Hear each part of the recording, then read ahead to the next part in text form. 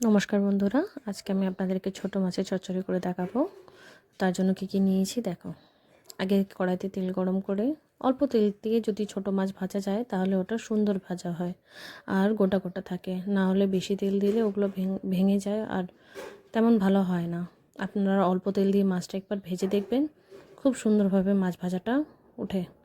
আমি অল্প অল্প তেল দিয়ে এই ছোট মাছগুলোকে ভেজে নিয়ে তুলছি। দেখেন, আপনারা দেখতেই পাচ্ছেন কীরকম লাল লাল হয়েছে।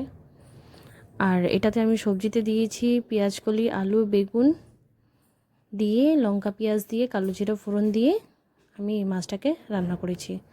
একটা টমেটো দিয়েছি। আর এটাতে মশলাতে আমি তেমন কিছু দিই নেই।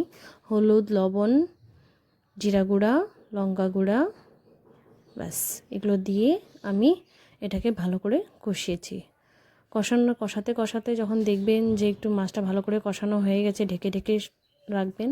তারপর একটু সেদ্ধ করবেন। সেদ্ধ করার পর একটু জল ঢেলে দেবেন।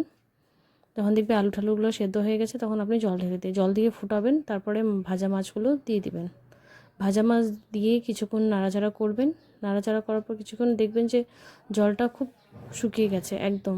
তখন আপনি ওটার মধ্যে পরিমাণ মতন কেমন ঝোল বা মাখা রাখতে চান সেই হিসাবে আপনি জল দেবেন।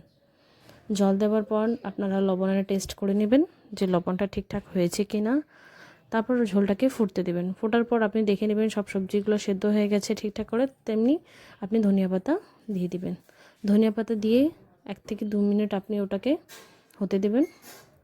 যখন দেখবেন তো ধনিয়া পাতাও চলে গেছে, ধনিয়া পাতার ফ্লেভারটা চলে গেছে আর ঝোলটা একটু মাখা মাখা হয়ে গেছে, ঠিক সেই সময় আপনি নামিয়ে নেবেন। নামানোর পর এটাকে ঢেকে রেখে দিয়ে একটু ঠান্ডা হওয়ার পর পরিবেশন করবেন। ধন্যবাদ।